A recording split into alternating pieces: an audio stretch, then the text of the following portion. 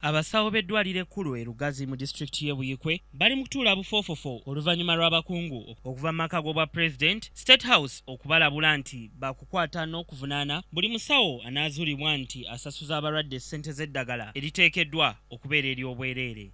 Abakungu bano okuva mu State House babadde bakyaliddeko abatuuze b'e Lugazi mu disitulikiti y'e Buyikwe okwogerezeganyaamu ku nsonga ez'enjawulo ezibanyigiriza ng'ebyobulamu y'emu ku nsonga ebadde ku mwanjo. Abatuuze b'e Lugazi balumiriza abakozi b'eddwaliro ly'e Lugazi nti bakola emirimu gyabwe mu ngeri yagaddibe nga lye era ng'okuggyako omusawo ng'aweereddwa ekyoja mu miro takwata ku mulwadde. Tetusasula baddokita, tetusasula mu abeero C5, tetusasula bamemba ba paalamenti. Gavumenti tebawa ssente zimala muleke musabirize ng'obuseete mu malwaliro ne mu bitongole byonna gye tukolera. Mutuyambe abasawo bongere ku musaala. Abatuuze bagamba nti ng'oggyeko eky'okubaleega ensimbi abasawo bano tebabeera ku mirimu gyabwe nga bwe bateekeddwa ate nga n'eddagala ettono gavumenti lyereeta mu ddwaliro lino teribeerayo balibba ne litwalibwa mu bulwaliro obw'obwannannyini. Amadwaliro gafa dda temuli kyanadagala katuliko mutuliko mukulembeze yajja n'okutuziika eddagala eryo teririimu liragangawa nga mubeere kuwole mwe mulwala mugenda bweru nayefe agaga kyebalemye mutuviire abalwala gaffe tufumbe ebiruuza.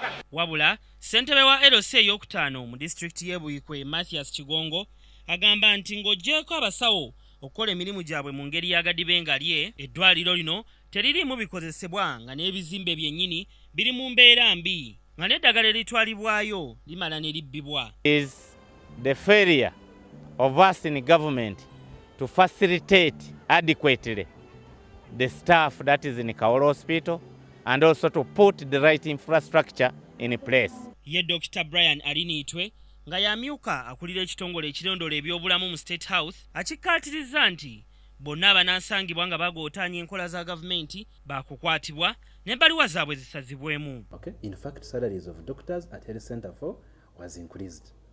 But health workers who want to enrich themselves and who want to accumulate wealth through extortion, that one we are not going to allow. They leave service and they go and start private businesses.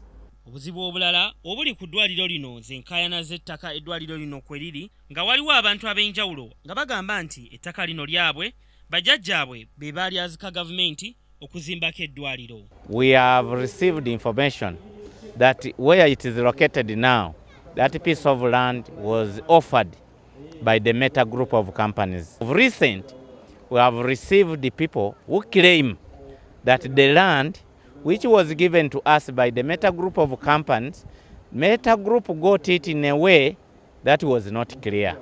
Senyonga Beka Mulinde, KTV, amalindirire.